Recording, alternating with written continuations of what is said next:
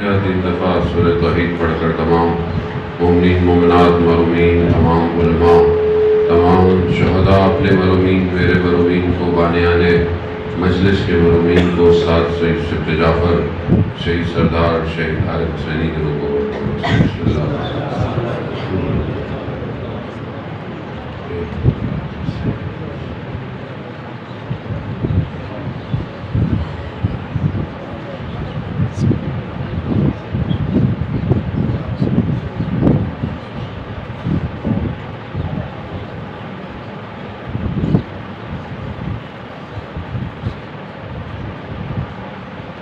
امام زمانہ کی سلامتی کے لیے ایک اور دفعہ صلوات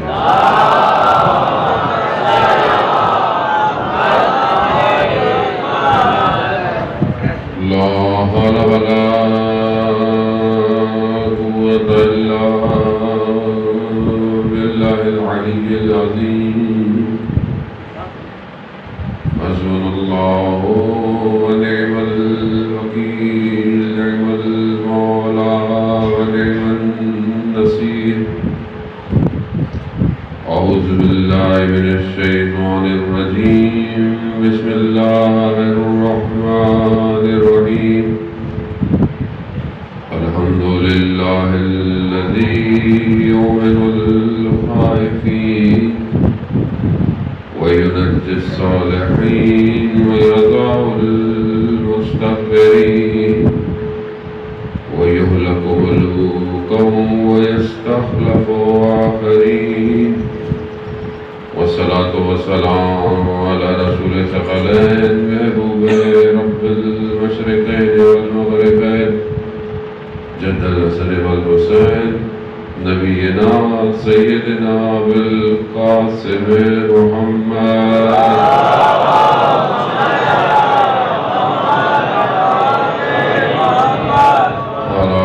الطيبين الطاهرين المعصومين لا سيما بقية الله بالأرضين روحي وأرواحنا للتراب مقدم الفداء ولعنة الله على أعدائهم أجمعين بسم الله الرحمن الرحيم رب اشرح لي صدري ويسر لي أمري واحلل عقدة من لساني يفقهوا قولي أما بعد فقد قال الله تبارك وتعالى في كتاب الحكيم والقرآن المجيد وما خلقت الجن والإنس إلا ليعبدون صلوات بيتنا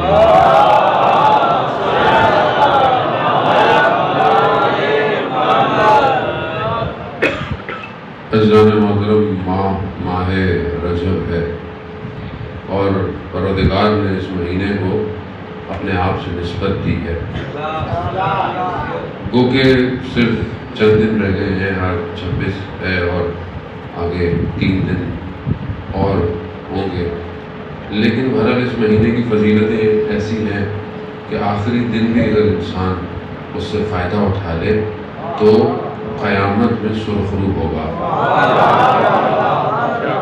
اس مہینے میں جو چیز تاکید کی گئی ہے سب سے زیادہ وہ ہے استغفار جو ہے وہ اس مہینے میں صبح اور شام کرے کیوں کریں کیونکہ انسان خطا کا پتلا ہے انسان سے غلطیاں ہوتی ہیں اور کوئی بھی دنیا کی چیز اس کے گناہوں کو مٹا نہیں سکتی آپ کے کپڑے میں داغ لگ جائے دنیا میں بہترین کیمیکل ڈٹرجنٹ وہ اس داغ کو صاف کر دیتا ہے لیکن روح پہ لگے ہوئے داغ کو صرف استغفار صاف کر سکتا ہے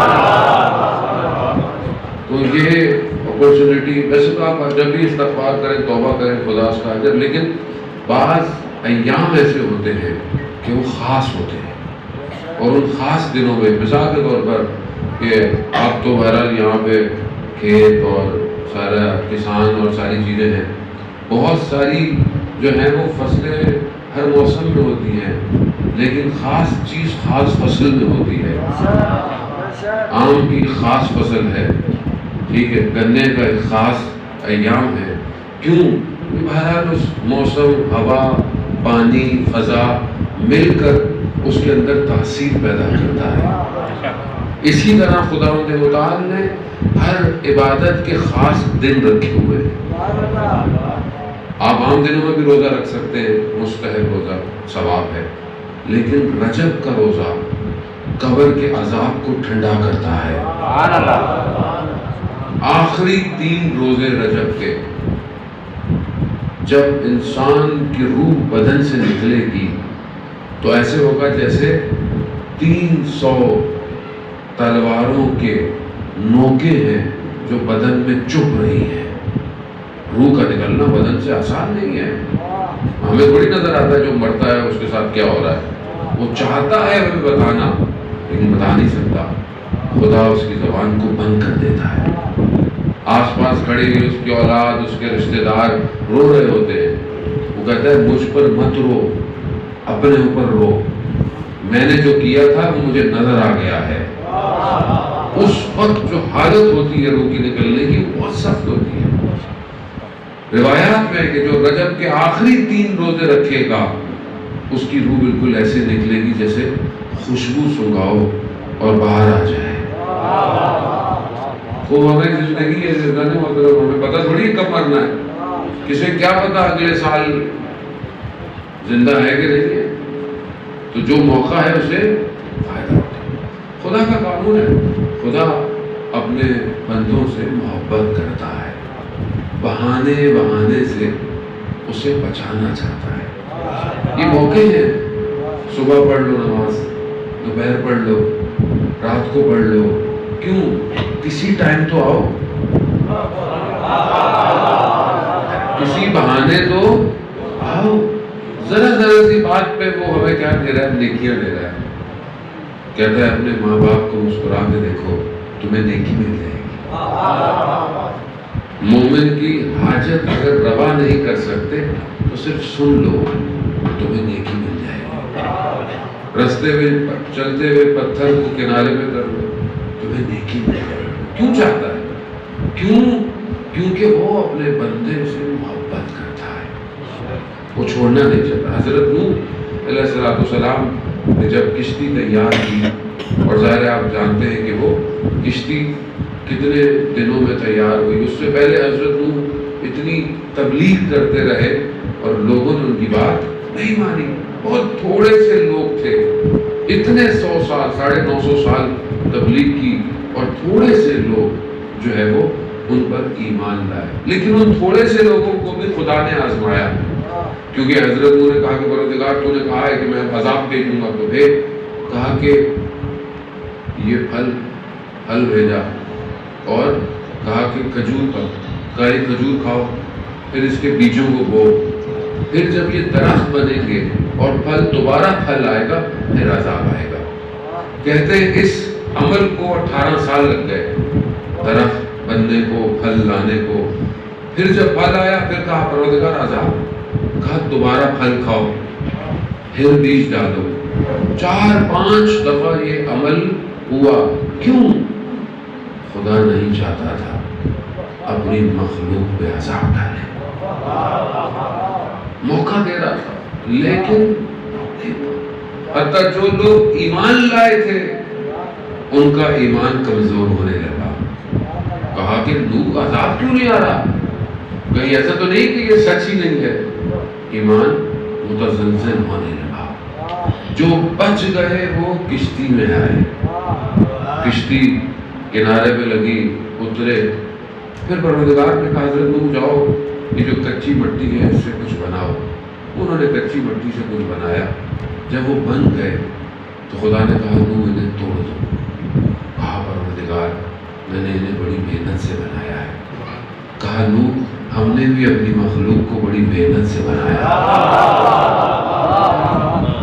خدا مخلوق سے محبت کرتا ہے، یہ ہم ہیں جو ضد کرتے ہیں۔ وہ تو بہانوں سے عطا کرنا چاہتا ہے۔ ہم خدا کی بارگاہ میں ہاتھ اٹھاتے ہیں، پروردگار تو نے یہ نہیں دیا، تو نے وہ نہیں دیا، جبکہ یہ بھول جاتے ہیں کہ اس نے اتنا جو دیا ہے اس کا شکر کرتے ہیں کہ نہیں کرتے ہیں؟ لیکن پھر بھی وہ ہمیں کچھ نہیں کہتا، گھر میں بچہ بدتمیزی کرے، غلط کام کرے، آپ اسے ایک دو لگا دیتے ہیں، لیکن ہم کتنی غلطیاں کرتے ہیں، خدا ہمیں کچھ نہیں کہتا۔ اب فطرت سے خدا کو پہچانے۔ آئمہ علیہ السلام یہ جن ہستیوں کا ہم ذکر کرتے ہیں، یہ کیوں آئے؟ خدا کو پہچان۔ اگر خدا نہیں زندگی میں تو پھر کیا ہے زندگی؟ امام حسین علیہ السلام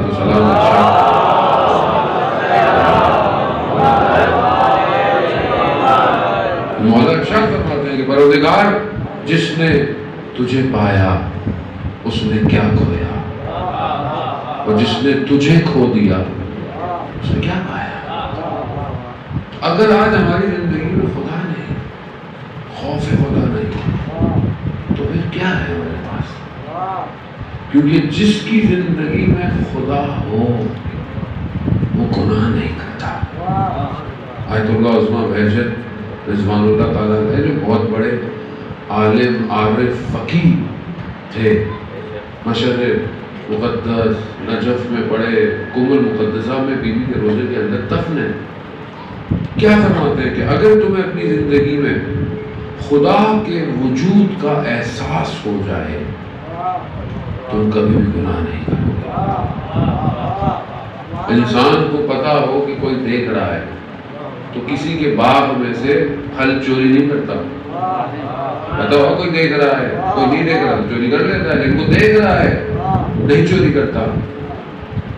اور وہ خدا جسے نہ اونگ آتی ہے نہ نیند آتی ہے، دیکھ رہا ہے، لیکن ہم پھر بھی گناہ کرتے ہیں۔ ہم کس سے بھاگ رہے ہیں؟ ہم کس سے چیزوں کو چھپاتے ہیں؟ اس سے کوئی فرق نہیں پڑتا آپ گاؤں میں رہیں، دیہات میں رہیں، شہروں میں رہیں، محلوں میں رہیں، جھوپڑیوں میں رہیں، خدا کو بندہ چاہیے، بندہ جو بندگی کرے۔ مرحوم کرخ کا رہنے والا بلخ کا جو عارف تھا، وہ اپنے زمانے کا سلطان تھا، بستر میں بیٹھا اپنے نرم سو رہا تھا، رات کو چھت پہ پشت بام پہ آواز آئی چلنے کی۔ کہا کون ہو؟ کہا میرا اونٹ کھو گیا ہے، اسے ڈھونڈ رہا۔ کہا اونٹ چھتوں پہ تو نہیں ملتے، اونٹ تو بیابانوں میں ملتے ہیں۔ تو کہا خدا بھی نرم بستروں میں نہیں ملتا، خدا کو بھی تو ڈھونڈنا پڑتا ہے۔ تو ہم اپنی زندگی میں جب بچے تھے، جیسے بچے بیٹھے ہوئے، یہ جو خدا کے بارے میں جانتے ہیں، خدا کیا ہے ان سے پوچھیں تو یہ کہیں گے خدا ایک ہے، بس اتنا ہی۔ اب جو اس کی معرفت ہے، جب آپ بھی چھوٹے ہوں گے، اب آپ بڑے ہو گئے، نوجوان ہیں، جوان ہے، زندگی جو ہے وہ بڑھاپے کی طرف بھی ہے، کیا خدا کی معرفت میں اضافہ ہوا یا وہی خدا ہے؟ خدا وہی ہے یا معرفت بڑھی؟ جتنی معرفت بڑھتی ہے اتنا انسان جھکتا چلا جاتا ہے۔ اب آپ بولے مولانا صاحب تو پتہ نہیں کچھ اور سننے آئے تھے، آپ کا سنا رہے ہیں۔ عزیزان محترم، 1,24,000 پیغمبر آئے اس لیے، 12 امام 12واں غیبت میں 11 چلے گئے ظاہری طور پر، کس لیے؟ لا الہ الا اللہ۔ یہ ہماری زندگی میں اچھا لا الہ الا اللہ مولانا پڑھتے تو ہے کلمہ لا الہ، اور کیا کریں؟ زبان سے نہیں قلب سے اقرار کرنا پڑتا ہے، اور یہ قلب دل بدن کے اعضاء کو کنٹرول کرتا ہے۔ انسان اپنے اعمال سے بتاتا ہے یہ لا الہ الا اللہ ہے یا نہیں ہے۔ لا الہ الا اللہ کے معنی کیا ہے؟ نہیں ہے کوئی معبود سوائے اللہ کے۔ تو معبود یعنی تو ہی، میں تیرا بندہ، میں کسی اور کا بندہ نہیں ہوں۔ امام موسیٰ کاظم علیہ السلام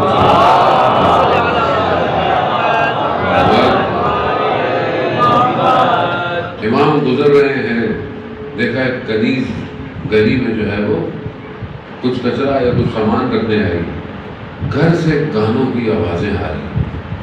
امام نے کنیز سے پوچھا یہ کس کا گھر ہے؟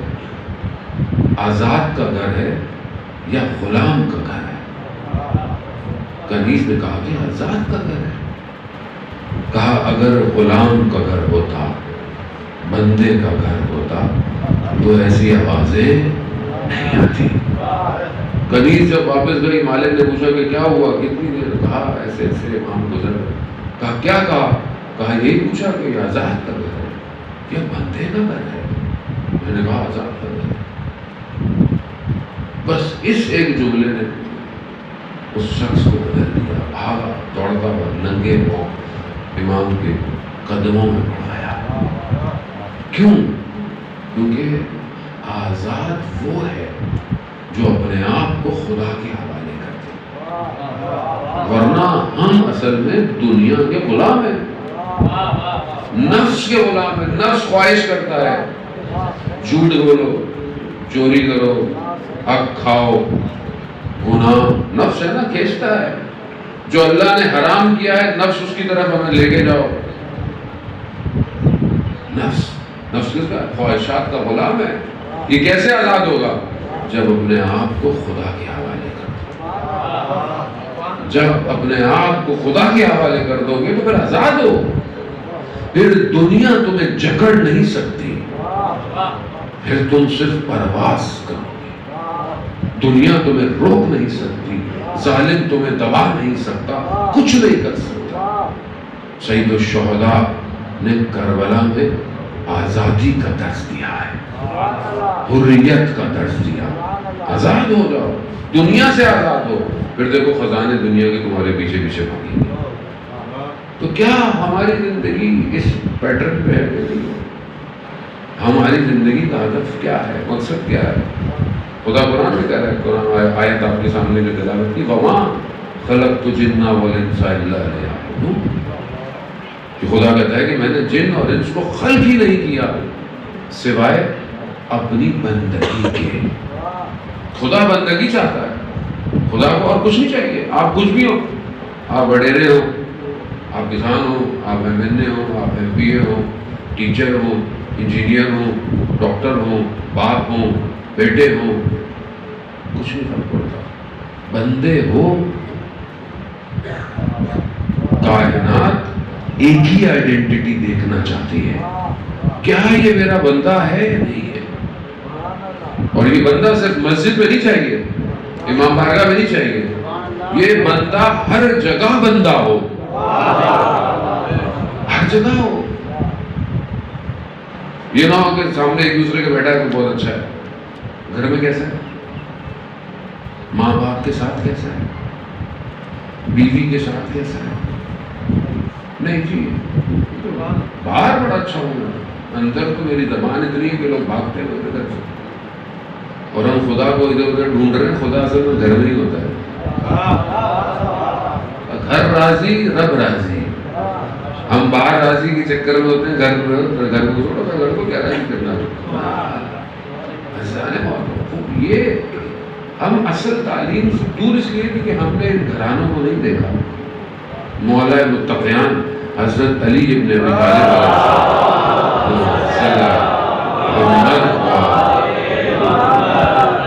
رسول خدا وارد ہوئے، گھر کے اندر کیا دیکھا؟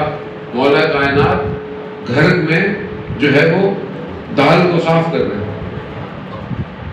مولا کام کر رہے ہیں گھر میں؟ آپ بولے میں تو ڈاکٹر سیٹ انجینئر، میں کام کروں گا۔ امام کام کر رہے، کائنات کا امام رسول خدا داخل ہوئے، کہا علی جو مرد اپنے گھر کے کاموں میں گھر والوں کا ہاتھ بٹاتا ہے اسے اتنے حج کا ثواب، اتنے عمروں کا ثواب، اتنے شہداء کا ثواب ملتا ہے۔ یہ علوی گھر ہے، علوی گھر یہی ہے جو خدا کی طرف لے کے جائے گا، اور کوئی در نہیں ہے۔ در یہی ہے جو خدا کی طرف لے کے جائے گا۔ اب اس گھر میں بچے کیسے، بچوں کا کردار کیسا ہے، بچوں کا آپس میں رابطہ کیسا ہے. بچہ گھر میں آتا ہے، کسی قسم میں آپ سنتے ہیں کیا کہتی ہے بیوی، یا قرۃ عینی و ثمرۃ فؤادی، اے میری آنکھوں کی ٹھنڈک. ہم نے آج تک اپنے بچوں کو بولا آنکھوں کی ٹھنڈک، میرے جگر کے ٹکڑے؟ کس کو مانتے ہیں؟ بھائی آپس میں کیسے ہیں؟ فقیر آیا امام حسین علیہ السلام کی خدمت میں،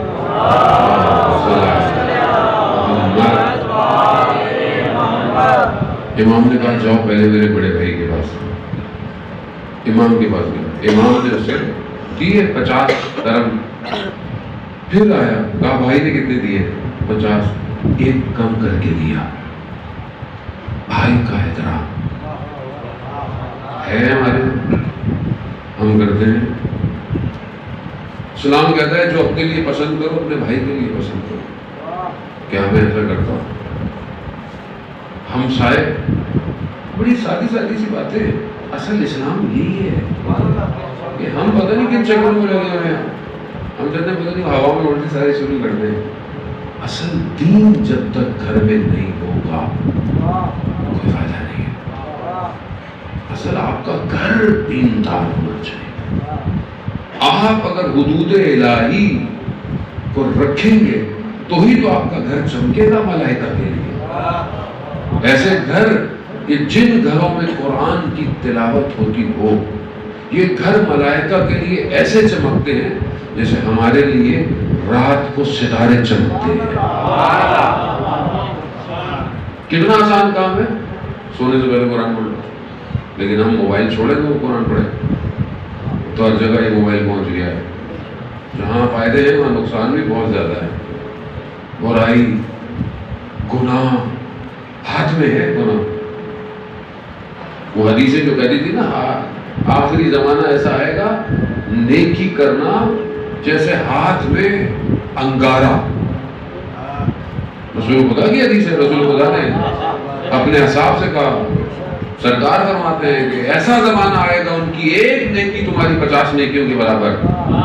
اصحاب رسول کہتے ہیں یا رسول اللہ ہم خیبر خندق میں آپ کے ساتھ. کہا اس زمانے میں ایک نیکی کرنا مشکل ہوگا. آج آپ کے سامنے ہاتھ میں موبائل ہے، آ گئی آپ کو گناہ کرنے کے لیے جانا نہیں، ایک بٹن دبانا ہے بس. کیسے بچے؟ خوف خدا. کوئی نہیں دیکھ رہا، خدا تو دیکھ رہا ہے. خدا تو دیکھ رہا ہے نہیں. اگر خدا ہوگا تو آدمی کچھ نہیں کرے گا. آج معاشرہ برباد ہو گیا ہے.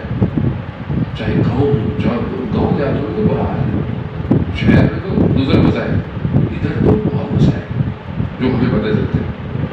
حلال حرام کا جو لائن ہوتی ہے نا ختم. انسان کو پتہ ہی نہیں آرام کر رہا ہے اتنے عرصے سے.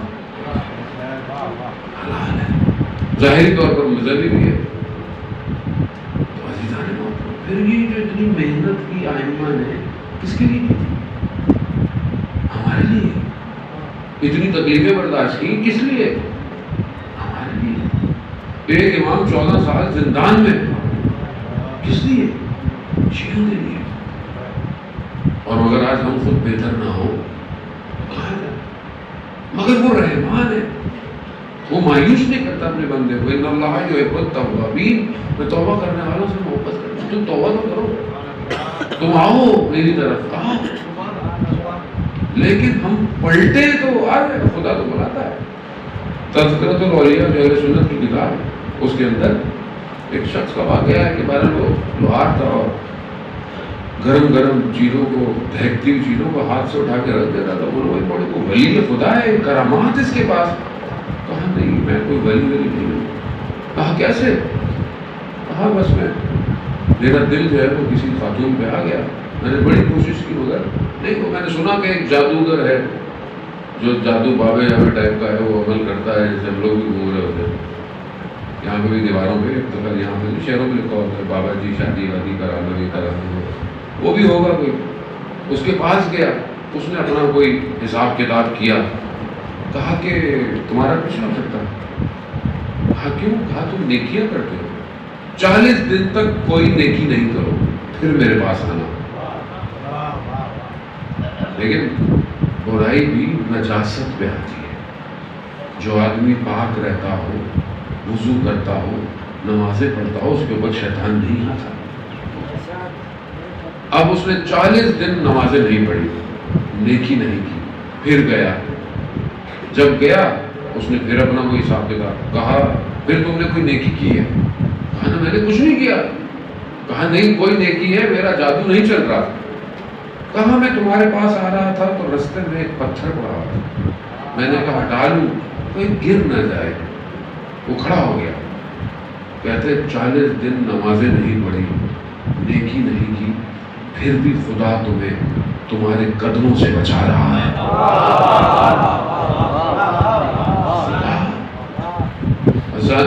ہماری زندگی میں خدا, یہ جتنے حادثے ہوتے ہیں خدا ہمیں کچھ دینا چاہتا ہے. کبھی آپ کو ٹھوکر لگے تو آپ روکا کریں کہ وہ غلطی کر کے تو نہیں آیا ہے. انسان کو بیماری ہو, یہ ساری چیزیں خدا اس کو کچھ دینا چاہتا ہے. یہ زندگی میں جو مشکلات ہیں یہ آسانیاں ہیں بات کے لیے. ہم پریشان ہو جاتے ہیں, لیکن چند وجوہات ہیں جس کی وجہ سے انسان کو مشکل آتی ہے. یا اس نے کوئی گناہ کیا ہوتا ہے, خدا اسے مشکل ڈال کے اس کے گناہ کو ختم کرنا چاہتا ہے. یا خدا اس کو آزمائش میں ڈال کر اس کے درجے کو بڑھانا چاہتا ہے. ہر حالت میں برائی, مبتلا ہونا کسی بیماری میں, مشکل میں, خیر ہے. خیر ہے. دنیا میں معاملہ صاف ہو جائے, وہاں بڑی مشکلات ہیں. آیت اللہ نخودگی اصفہانی رضوان اللہ تعالیٰ علیہ, بہت بڑے عارف, مشرق مقدس میں امام کے حرم میں دفن ہے. بڑا درجہ تھا. بیٹے کو کہا بیٹا جاؤ چھت پہ جا کے دیکھو چاند نکلا کہ نہیں نکلا. گیا اوپر واپس, کہا بابا بادل ہے, چاند نظر نہیں آ رہا. کہا جاؤ دوبارہ بادلوں سے کہو نخودگی نے کہا ہے ہٹ جائے. کیا یعنی اس مقام پر پرانا زمانہ ہے ظاہر, وہ افسر تھا, اس کی زوجہ کا کوئی آپریشن ہوا, خون نہیں رکتا تھا اور جان خطرے میں تھی. وہاں جو کمپاؤنڈر کام کر رہا تھا اس نے بولا کہ میں ایک شخص کو جانتا ہوں جو یہ کر سکے گا. اب افسر تھا, اس نے بولا جو بھی ہے ڈاکٹر ہے جو بھی بلاؤ. کہا وہ آئے گا نہیں, جانا پڑے گا, جانا پڑے گا. تو اس نے پھر بھیجا آیت اللہ نخودگی کے پاس کہ یہ وہ درس دے رہے تھے, شاگرد بیٹھے ہوئے تھے. انہوں نے اپنے ایک شاگرد کو بولا جاؤ ہاسپٹل, اندر نہیں جانا, دروازے کے باہر سے خون کو کہنا. نخودگی نے کہا ہے رک جا. یعنی نوکر ہے, امام ہے. اس مقام پر وہ بیٹھے ہوئے ایک دن رونے لگے. شاگرد آیا, کہا کیوں رو رہے ہیں استاد؟ کہا خدا نے میرا درجہ بڑھا دیا ہے. تو کہا تو خوش ہونا چاہیے, آپ کے درجے بڑھے ہیں. کہا نہیں میں رو اس لیے رہا ہوں جو میرا پچھلا درجہ تھا اس میں جب کوئی مشکل لے کے میرے پاس آتا تھا میں دعا کرتا تھا, اس کی مشکل ہٹ جاتی تھی. اب جس درجے میں میں پہنچا ہوں تو مجھے سمجھ میں آیا ہے وہ مشکل اس کے اوپر اللہ کا فضل تھا. نگاہ تبدیل ہو جاتی ہے نا انسان کی. اگر انسان اس نگاہ سے اپنی زندگی کو دیکھے, میں یہاں بیمار ہوں, آپ علاج کرائیں, آپ محنت کریں, خدا مدد نہیں کرتا. میرا کام نہیں ہو رہا, آپ اپنے عوامل کو چیک کریں کہ کیا وجوہات ہے. لیکن اگر کوئی چیز مسلسل ہے تو خدا کی مرضی ہے. اور دنیا کتنے دن کی ہے, زندگی کتنی بڑی ہے, 60 سال 70 80, اب تو کچھ نہیں ہوتا ہے. بزرگ خدا ان کے جو ہے وہ زندگی کو طولانی کرے. اب تو جوان 25 26 میں فارغ ہے. خزاں اب تو خزاں بھی ایسی نہیں ہے, چاہے آپ شہر میں بھی رہتے ہو چاہے آپ میں بھی رہتے ہو. انسان کی زندگی میں ورزشیں نہیں ہیں, چیزیں نہیں ہیں. لوگ پہلے نیچرل کام کرتے تھے تو صحت مند بھی رہتے تھے. اب تو ویسی ڈپریشن اب تو گاؤں میں بھی لوگوں کو ڈپریشن ہو جاتا ہے، بلڈ پریشر، شوگر، پہلے نہیں ہوتا تھا. کیوں ہو گیا؟ دنیا ایسی ہو گئی ہے. کرونا، کووڈ، پینڈیمک، پوری دنیا برباد ہو گئی ہے. کیوں؟ ظاہر ہے دنیا کتنا چلے گی، کتنا چلے گی دنیا؟ بس ختم ہونا ہے اس نے. ختم ہو جلدی، قیامت کا میلہ لگے، ہم بھی دیکھیں کہ کون ادھر جائے گا اور کون. یہاں تو کچھ بھی کر لو، وہاں تو صرف علی علی ہے.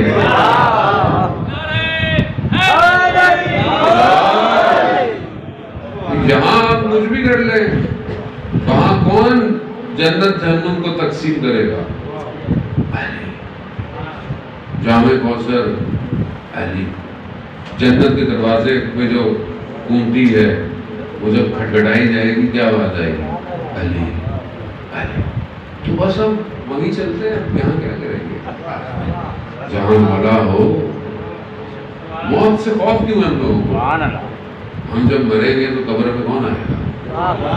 تو مولا کے دیدار کے لیے تو مرنے کی تیاری کرنی چاہیے نا.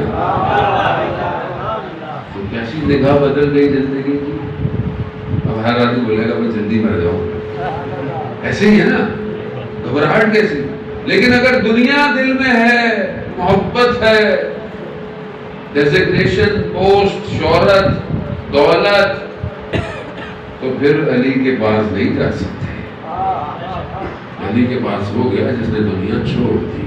اب اس کا مطلب نہیں کل سے آپ جنگلوں میں نکل جائے گا، نہیں. دنیا چھوڑنے کا مقصد یہ ہے دنیا ہو، دل دنیا میں نہ ہو. دل نہ ہو دنیا میں. دنیا ہو، جو اللہ نے آپ کو اسٹیٹس دیا، جو اللہ نے آپ کو حیثیت دی، اس حساب سے خرچ کرے، لیکن دل نہ ہو. مومن کی صفات میں سے ہے کہ جب اسے کچھ ملتا ہے خوش نہیں ہوتا، اور جب کچھ چھن جاتا ہے تو غمگین نہیں ہوتا. یہ مومن کی صفات ہے. یہ صفات ہمارے اندر پائی جاتی ہے. ہمارے تو موبائل پہ اسکریچ لگ جائے دل ٹوٹ جاتا ہے ایسا. یہ حقیقت ہے. یہ جس کا دل اتنا چھوٹا نازک ہو وہ خدا کو کیا دے گا. یہی زندگی ہے. اس کو سمجھے، خدا بندگی چاہتا ہے.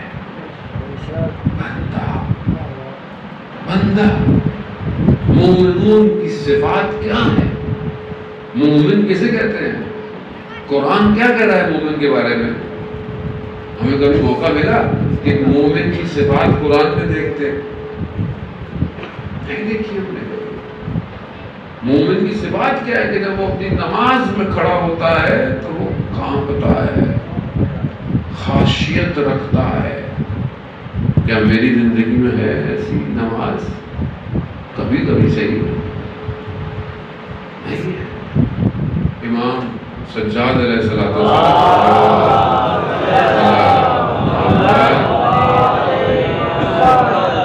امام نماز میں کھڑے ہوئے ہیں.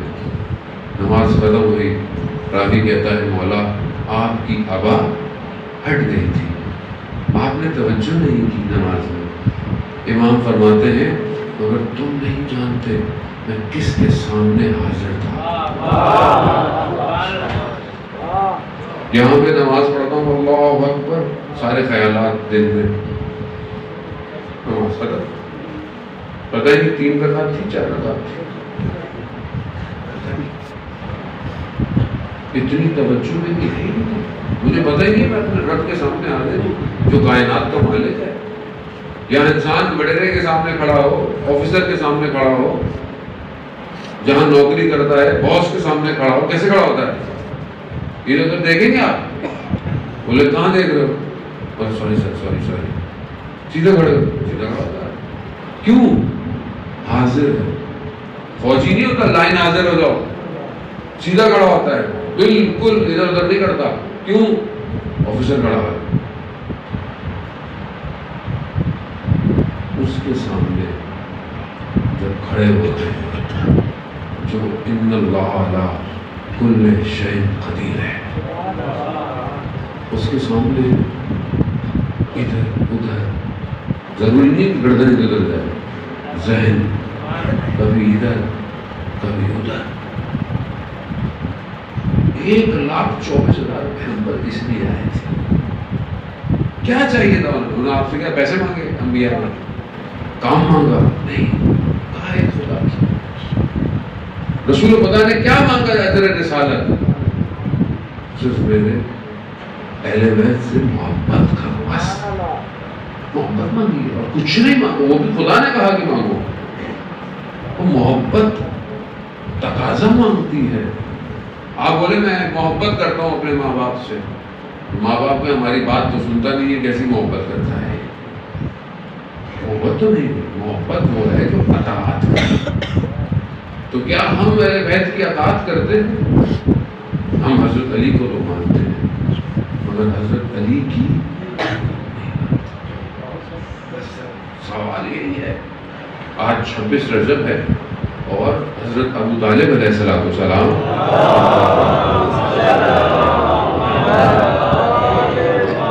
روز وفات ہے. آپ جانتے ہیں نا کہ حضرت ابو طالب کا کردار اسلام کی بقا میں کیا ہے. ابن حدید جو 7ویں ہجری میں دانشور ہے، اہل سنت ہے، شرح نہج البلاغہ لکھی ہے. اس نے اشعار میں اپنے عربیوں میں بتایا ہے کہ باپ نے مکہ میں دین کو بچایا، بیٹے نے مدینہ میں دین کو بچایا. گو کہ خاموش ہے، بہت زیادہ نہیں بولا، لیکن اس کے اشعار یہی کہتے ہیں. اور ہمارے مسلمان بھائی لوگ کہتے ہیں کہ وہ تو اسلام کی لے کے نہیں ہے. جبکہ آپ وصیت آدمی کیسے پہچانا جاتا ہے؟ اپنے کلام سے، اپنی رفتار سے، اپنی تصنیف سے، کردار سے. حضرت ابو طالب علیہ السلام کے 90 بیت ہیں اشعار کے، جس سے پتہ چلتا ہے کہ وہ توحید پرست تھے. اور خود ان کی جو وصیت ہے آخری وقت کی، جو یہ کہہ رہے ہیں کہ جو ہے وہ میرے جانے کے بعد کیا کرو، کیسے رہو، اس بیت اللہ گھر کی پاسداری کرو، آپس میں صلہ رحم کرو، اور یہ جو محمد ہے صلی اللہ علیہ وسلم یہ خیر ہے، یہ قریش کا امیر ہے، اس کے پیچھے چلو. اپنے بیٹے حمزہ کو کہہ رہے ہیں کہ جو ہے وہ ان کے پیچھے نمازیں پڑھو. چھٹے امام جعفر صادق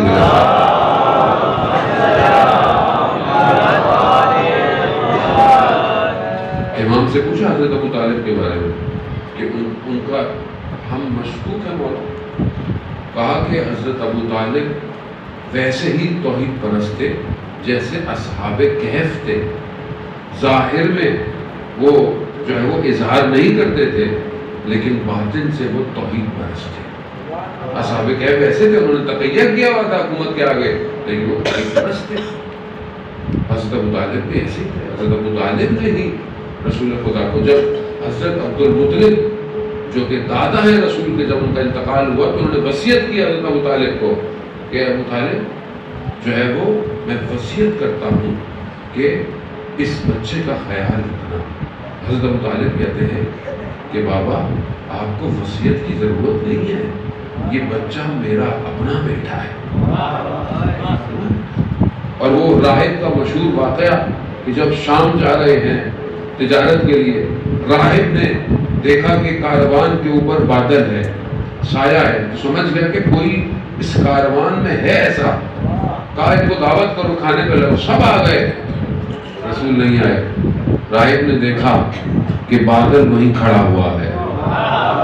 کہا تمہارا کوئی باقی ہے وہاں پہ؟ کہا ہاں ایک. کہا اس کو بلاؤ. جب وہ آیا تو بادل چلنا شروع ہوا. مسیح تھا بہت بڑا. اس نے کتابیں کھولی اپنی، اسے نشانیاں یاد آئیں. اس نے حضرت ابو طالب سے کہا کہ میں اس بچے سے مل سکتا ہوں. کہا میں اس کی کمر دیکھ سکتا ہوں. کہا دیکھا تو اس میں مہر نبوت ہے. حضرت ابو طالب سے کہا کہ دیکھو یہ بچہ آخری نبی ہے، اسے شام مت لے کے جاؤ، وہاں لوگ جو ہیں وہ اس کے مخالف ہوں گے. دشمن انتظار کر رہا تھا اس نور کا کہ جو بنی ہاشم کے اندر تھا.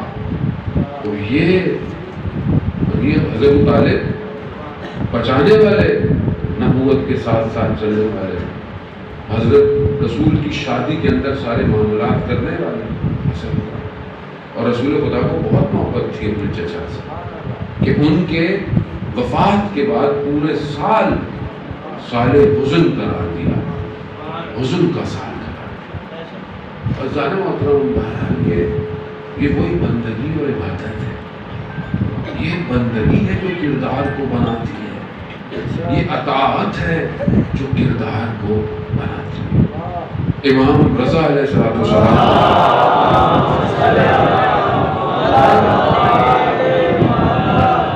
امام رضا ارشاد فرماتے ہیں کہ اگر کسی کو شک ہو ایمان ابو طالب پر تو وہ جہنم میں جائے گا۔ شک ہے ایمان ابو طالب، جس کا بیٹا کل کا کل ایمان، کیونکہ حضرت علی کی زندگی کے بارے میں کچھ مل نہیں پایا تو چلو سارا غصہ ان کے والد پہ اتار دیا، لیکن کوئی فائدہ نہیں کہ کسی کے کہنے سے یا نہ کہنے سے کوئی مسلمان تو نہیں ہوتا، مسلمان تو ایمان سے ہوتا ہے، اور وہ بھی ایسا مولا کہ جس کے دیکھنے سے مومن اور منافق کی پہچان ہو جائے، وہ انہی کا بیٹا ہے۔ اس دانے محترم بس ہم بھی میں اپنے آرائش کو جمع کروں اور آپ کو بہت زیادہ زحمت نہ دوں، ہماری زندگی کا ہدف ہونا چاہیے، مقصد ہونا چاہیے، اور وہ خدا نے خود بتایا ہے بندگی کیوں ضرورت ہے، کیونکہ ہم اپنے آخری امام کا انتظار کر رہے ہیں اور ہمارا وظیفہ ہمارے وقت کا امام ہے۔ آپ سے یہ نہیں پوچھا جائے گا کہ کوفہ میں لوگوں نے امام علی کا ساتھ دیا یا نہیں دیا، کربلا میں کتنے لوگ آئے تھے، آپ سے نہیں پوچھا جائے گا، آپ سے آپ کے امام کا سوال کیا جائے گا کہ آپ نے اپنے امام کا ساتھ کتنا دیا۔ اب آپ بولیں گے مولانا ہم کیا کریں، ہم تو یہاں بیٹھے ہوئے گاؤں میں، ہم کیا امام کا ساتھ دیں، اس سے کوئی فرق نہیں پڑتا۔ اپنے آپ کو تیار کریں، امام آپ کا انتخاب کریں گے۔ امام کے لیے کوئی کہیں پہ بھی ہو، وہ تہران کا مشہور تولائیوں کو سینے والا جس کے پاس امام ہر ہفتے آتے تھے، ہر ہفتے اسے پوچھا گیا کہ اگر امام تم سے ملنے نہ آئے تو ہم مر جاؤں گا، یعنی ہر ہفتے امام آتے۔ کیسا شخص، اصفہان میں مسجد کے باہر چیزیں بیچنے والا، امام اس کے پاس آگے بیٹھ کر اس سے باتیں کرتے تھے۔ اس سے فرق نہیں پڑتا کہ آپ کیا ہے۔ آیت اللہ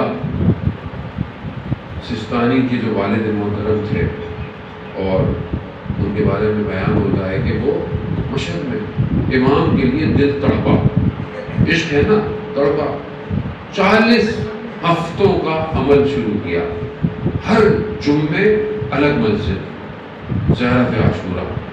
جب آخری ہفتہ تھا تو دیکھا کہ نور آیا، اس نور کا پیچھا کیا، وہ نور ایک گھر میں داخل ہوا۔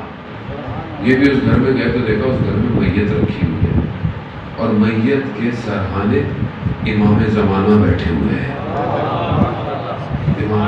امام نے اشارہ کیا اور یہ سمجھ گئے کہ امام باقی لوگوں کو نظر نہیں آ رہے۔ امام نے بٹھایا، کہا کہ دیکھو اس جیسے ہو جاؤ جس کی میت ہے نا، تمہیں زحمت کرنے کی ضرورت نہیں، ہم خود تمہارے پاس آئیں گے۔ کس کی میت تھی؟ ایک خاتون کی میت تھی۔ وہ خاتون کے جب اس زمانے میں کشف حجاب، یعنی جو بھی خاتون گھر سے باہر نکلے اس کا حجاب چھین لیا جاتا تھا حکومت کی طرف سے، وہ خاتون کہ اس کا حجاب نہ چھینا جائے، وہ کئی سال اپنے گھر سے باہر نہیں نکلی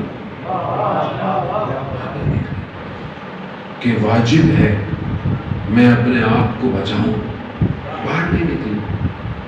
امام جنازے پہ آ گئے، سچ بولے، لوگوں کا حق نہ تھا، ہمسایوں کا خیال کرو۔ کوئی مشکل نہیں ہے. ہمیں پتہ ہی نہیں ہوتا ہمسائے مشکل مسلمان نہیں ہے. روایات ہے سید مہدی بحرالعلوم جو اپنے زمانے کے بہت بڑے عالم تھے جنہیں امام زمانہ نے سینے سے علم دیا تھا اپنے، وہ نجف غالب کہتا ہے میں گھر میں کھانا کھانے لگا، دیوالا اٹھایا، دروازہ کھٹکھایا، دیکھا میں نے سید کا غلام ہے. میں نے کہا کیا ہوا؟ کہا سید نے بلایا. میں وہی رکھا کھانا اور بھاگا. میں نے کہا آپ نے بلایا؟ کہا تمہیں شرم نہیں آتی؟ تمہارا ہمسایہ چند دن سے فاقے کر رہا اور تم کھانا کھا رہے. کہا سید مجھے پتا نہیں تھا. کہا اگر تمہیں پتا ہوتا تو کافر ہو جاتے. انسان کو پتا ہو کہ اس کا ہمسایہ مشکل میں ہے کفر کی طرف چلا جاتا ہے. کہا میں کیا؟ کہا یہ لو جاؤ. کھانا دیا اور کہا کہ جاؤ اور جا کر اپنے ہمسائے کو دو، لیکن اسے بتانا نہیں، بلکہ اس سے یہ کہنا کہ میں دل چاہ رہا تھا کہ میں کھانا کھاؤں، آپ کے ساتھ بیٹھ کے کھانا کھاؤں. عزت رکھنا اس کی. کہہ رہا میں گیا، اس نے جب اس نے کھانے کے کپڑا ہٹایا نا، اس نے کہا یہ کھانا آپ کا نہیں لگتا، یہ کسی بڑے عرب کا کھانا لگتا ہے. جب تک سچ نہیں بتاؤ گے میں تو اسے بتایا کیسے ایسے. رونے لگا. کہا چند دن سے گھر میں فاقہ تھا اور میں کچھ دن سے تو کھجور قرض لے کے کھا رہا تھا، لیکن آج دکان والے نے کھجور دینے سے، مگر یہ بات صرف میں جانتا تھا اور میرا خدا جانتا تھا. لوگ ایسے ہیں. یہ دین ہے، یہ ائمہ نے ہمیں تعلیمات دی ہے. مومن مرآت المومن ہے. مومن مومن کا آئینہ ہے. یہاں مومن کو خوش کرو، یہاں ایک دوسرے کو راضی کرو، امام راضی ہو جائے گے. امام کے ظہور کے لیے ہمیں ایک ایسا معاشرہ چاہیے جہاں لوگ ایک دوسرے کا خیال رکھتے ہو. وہ روایت سنی نا آپ نے کہ ایسا زمانہ آئے گا کہ عورت اپنے ہاتھ میں ہیرے جواہرات لے کے جائے گی مگر کوئی اسے لالچ کی نگاہ سے نہیں دیکھے گا. ایسا ہوگا. یہ کب ہوگا؟ کون کرے گا؟ اوپر سے مخلوق تھوڑی آئے گی کوئی، ہم ہی لوگ ہیں.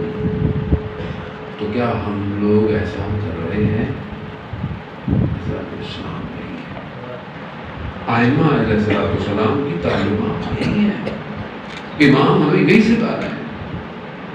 امام کتنی محبت کرتے ہیں. امام موسیٰ کاظم علیہ السلام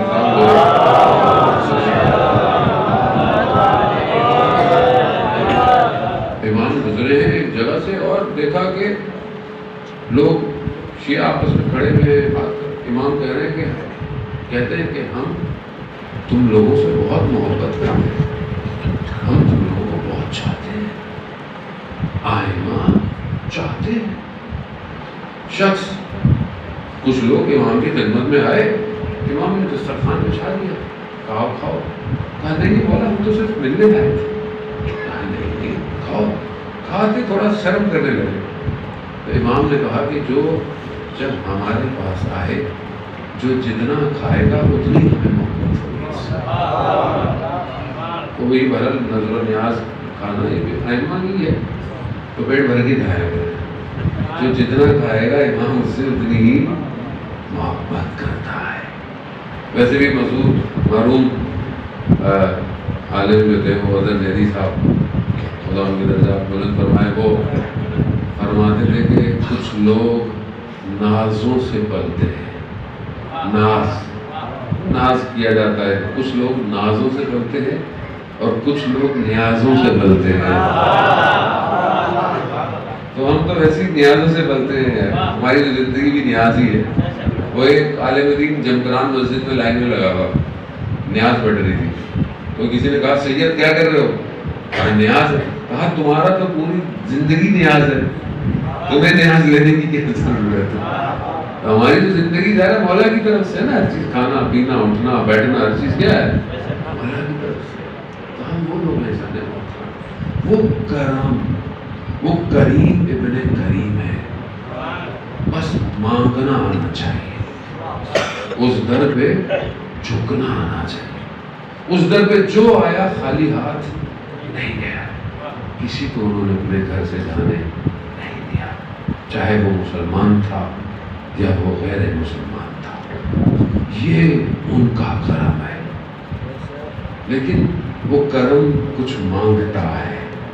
عزیزان محترم, کیونکہ ایام جو ہے وہ آگے 28 رجب بھی ہے, اسی مناسبت سے آپ کی مجلس ہوتی ہوئی, لیکن بہرحال پہلے ہے. یہاں پر امام نے لوگوں سے کچھ نہیں مانگا, امام دینے آئے کربلا. امام نے یہ نہیں کہا کہ مجھے پیسے چاہیے, مجھے دولت چاہیے, نہیں, کچھ نہیں چاہیے. امام نے کہا مجھے تم چاہیے. امام وہ مشہور ایک شخص جو کہ راستے میں امام کو ملا, امام کو اس نے ساری چیزیں کہی. امام سے کہا مولا میرا گھوڑا لے لے, میری تلوار لے لے. امام نے کہا نہیں ہمیں کچھ نہیں چاہیے, اگر آنا ہے تو خود آؤ, تمہاری چیزیں نہیں چاہیے. ہم دے بھی کیا سکتے ہیں, ہم کیا دے سکتے ہیں, ہماری پوری زندگی امام نے دی. لیکن امام بس ہم سے مانگتے ہیں کہ تم ہمارے ہو جاؤ. وہ ایک شخص کہ جو مسجد میں امام بارگاہ عزاداری میں چائے پلاتا تھا, اس کا انتقال ہو گیا. عالم دین جو اس کی محلے میں خواب میں دیکھا چائے والے کو, اسے پوچھا بھائی کیا حال ہے قبر کے اندر. کہا قبر بڑی زبردست ہے, بڑے باغ ہیں. کہا کیسے. کہا جب میں مرا تو خود مولا امام حسین تشریف لائے.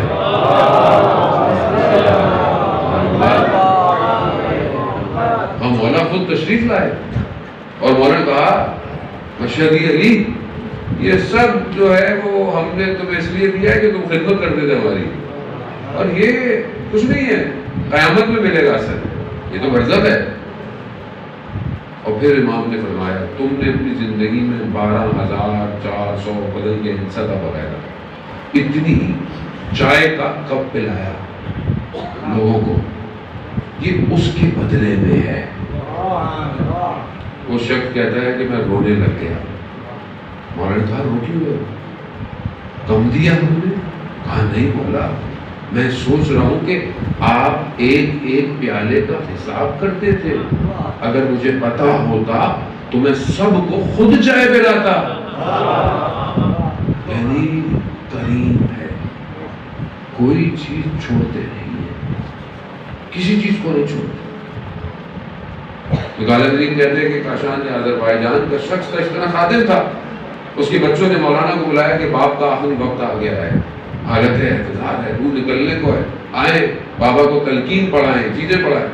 پہنچے, انہوں نے کہا کہ کلمہ پڑھو, یہ پڑھو. چپ.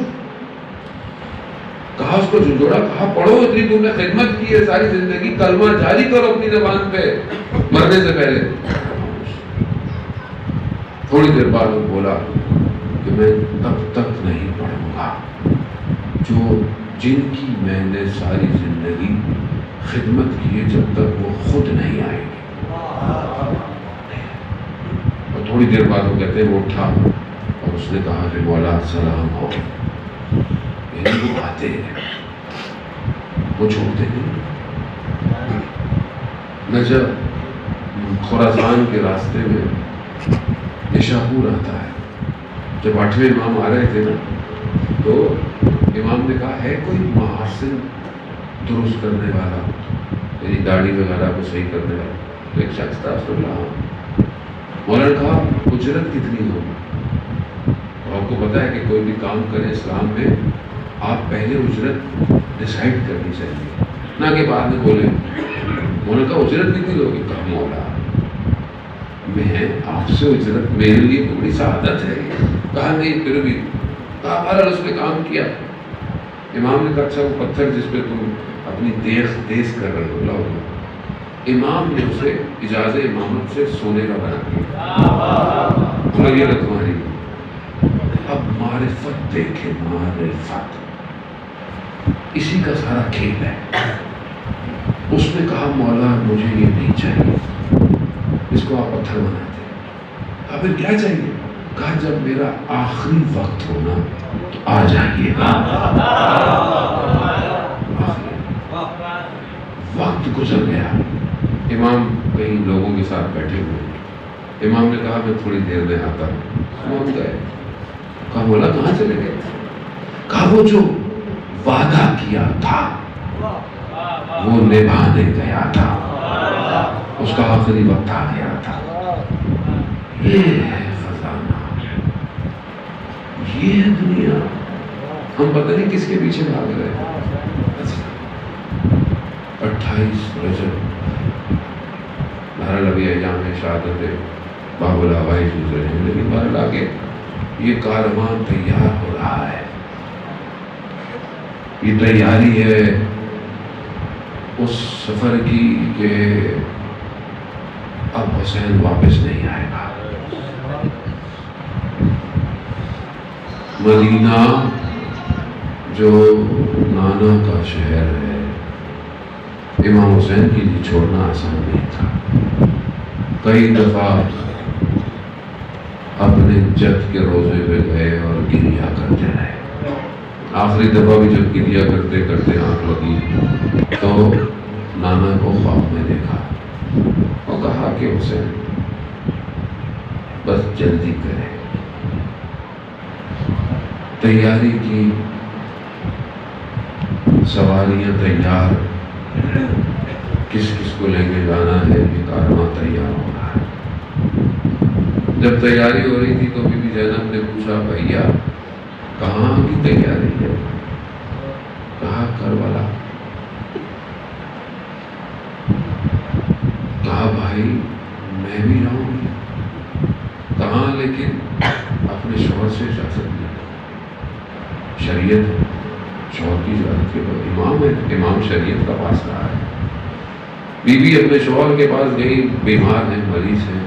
بی بی کی آنکھوں میں آنسو آئے، آنسو ٹپکے.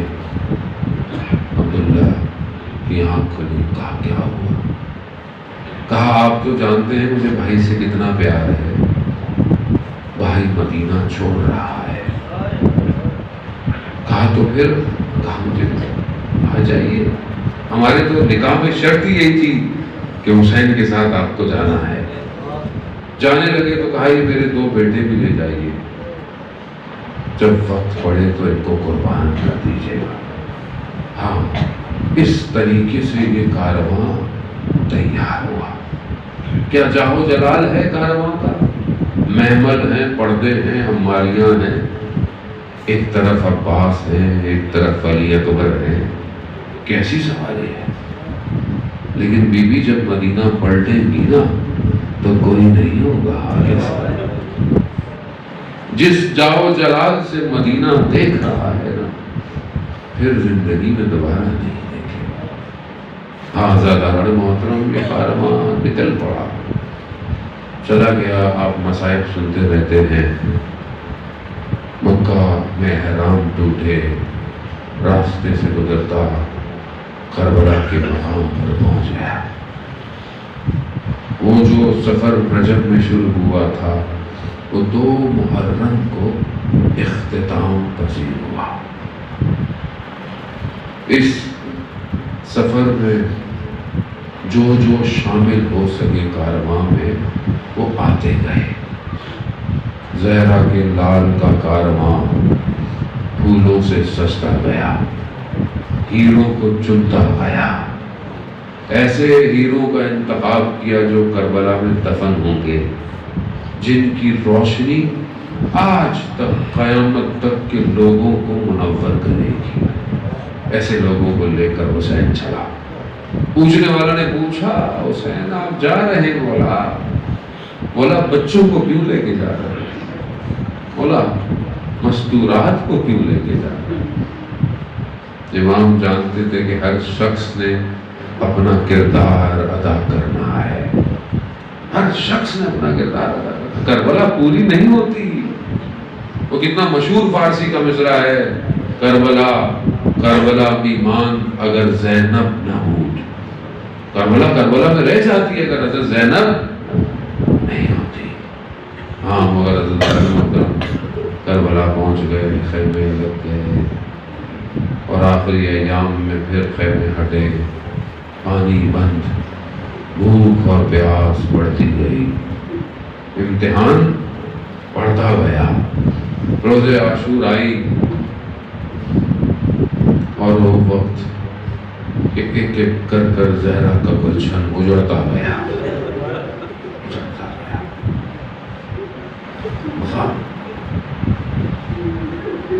روز وفات حضرت ابو طالب ہے نا، رسول خدا کو بڑا غم تھا اپنے چچا کا. چچا نے وہ خیال رکھا ہے رسول کا، بیٹے کی طرح پالا ہے، لیکن یا رسول اللہ آپ کے چچا تو بیمار ہوئے، مریض ہوئے، آخری وقت تھا، چلے گئے. مگر کربلا میں بھی ایک بچی ہے، اس کا بھی چچا ہے. آپ نے تو حزن منایا، یقیناً اس سے بڑا حزن نہیں ہوگا، مگر یہاں یہ سارے بچے اس عباس کی طرف نگاہیں کیے ہوئے ہے نا.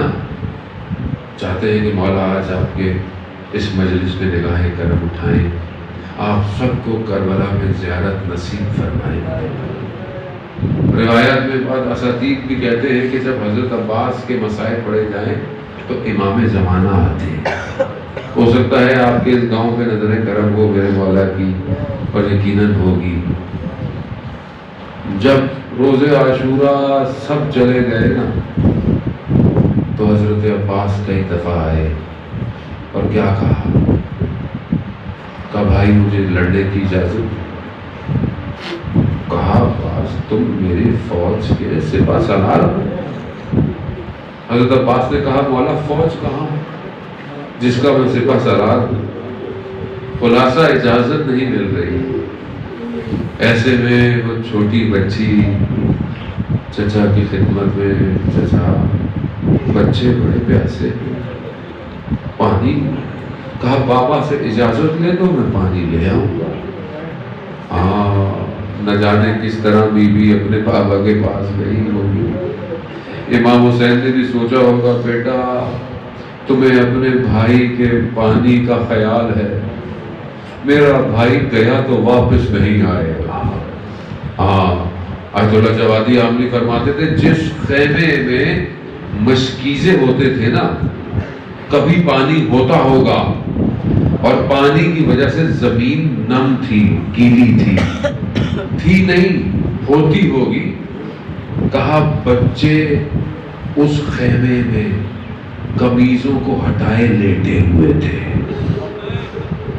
حضرت عباس نے کس طرح برداشت کیا ہوگا. مسیدہ اٹھایا اور فرات کی طرف یہ غازی چل پڑا. دشمنوں کو جہنم واصل کرتے کرتے شریعت پہ پہنچ گیا. پانی کو ہاتھ میں اٹھایا. عباس باوفا ہے. حضرت عباس کو 21 رمضان میں بابا کی وصیت یاد آئی. عباس پانی پہ پہنچ جاؤ گے مگر یاد رکھنا تمہارا ارباب پیاسا ہوگا. حسین پیاسا ہوگا عباس. پھر مولا نے پانی کو پانی پہ مارا، مشکیزہ بھرا. بس اب عباس کا مقصد کیا ہے؟ یہ مشکیزہ خیموں میں پہنچ جائے. بس حضرت عباس نے مشکیزے کو اٹھایا اور پھر سواری خیموں کی طرف جا رہے. مقاتل کہتے ہیں حضرت عباس اٹھ کر دیکھتے تھے کہ خیمے کتنی دور رہ گئے ہیں، لیکن دشمن نے حملہ شروع کیا. دایاں بازو شہید، بایاں بازو شہید.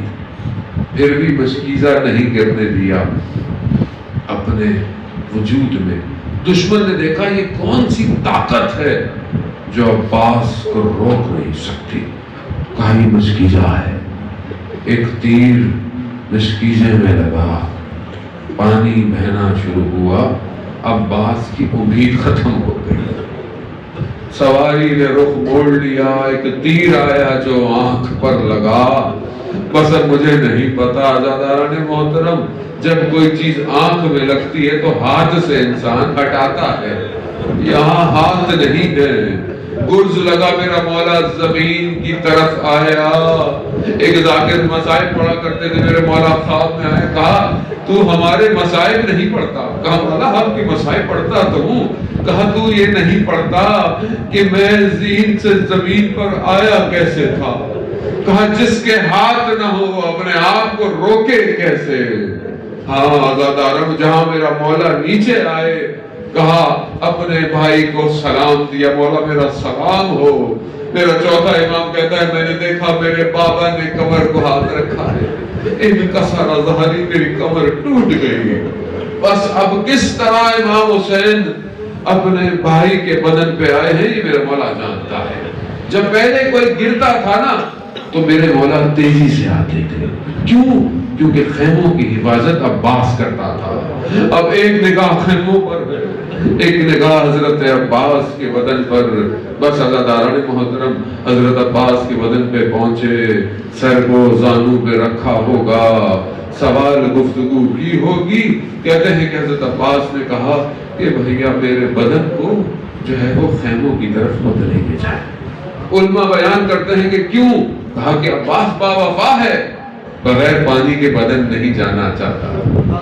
کسی نے کہا کہ نہیں یہ بات نہیں، کوئی اور بات ہوگی۔ علامہ بیان کرتے ہیں نہیں، حضرت عباس مولا کو جانتے تھے، ان کے مطیع تھے، جانتے تھے میرا مولا صبح سے بھوکا اور پیاسا، زخموں کو لیے، علی اکبر کا داغ سینے پہ لیے، اب یہ میرے بدن کو کیوں اٹھائے گا اور کیسے اٹھائے گا؟ لیکن ایک عالم کہتے ہیں کہ اصل میں بدن حضرت عباس کا اتنا ٹکڑے ٹکڑے تھا کہ اسے اٹھانا مشکل ہو گیا۔ عزاداران محترم بس میرے مولا نے حضرت عباس کے بدن کو چھوڑا اور علم لیے خیموں کی طرف جا رہے ہیں۔ بچے خوش ہو رہے ہیں کہ چچا عباس پانی لے کر آ رہے ہیں، لیکن جیسے ہی وہ علم قریب آیا بی بی دیکھتی ہے یہ تو بابا ہے۔ کہا چچا کہاں گئے؟ کہا وہ نہر کنارے رہ گئے۔ ایک آیت اللہ جب حرم میں داخل ہوئے سرداب میں تو جو حرم کو بنا رہا تھا وہ آیت اللہ کے ساتھ ہے، وہ قبر کو دیکھتا ہے حضرت عباس کی اور آیت اللہ کی شکل دیکھتا ہے۔ کہا کیا دیکھ رہے ہو؟ کہا ہم تو پڑھتے ہیں کہ حضرت عباس کا قد اتنا بلند تھا کہ جب گھوڑے میں بیٹھتے تھے تو پاؤں زمین پہ لگتے تھے، مگر یہ قبر تو بڑی چھوٹی سی ہے۔ کہا جو بچا تھا اسی کو سمیٹا ہے۔ اللہ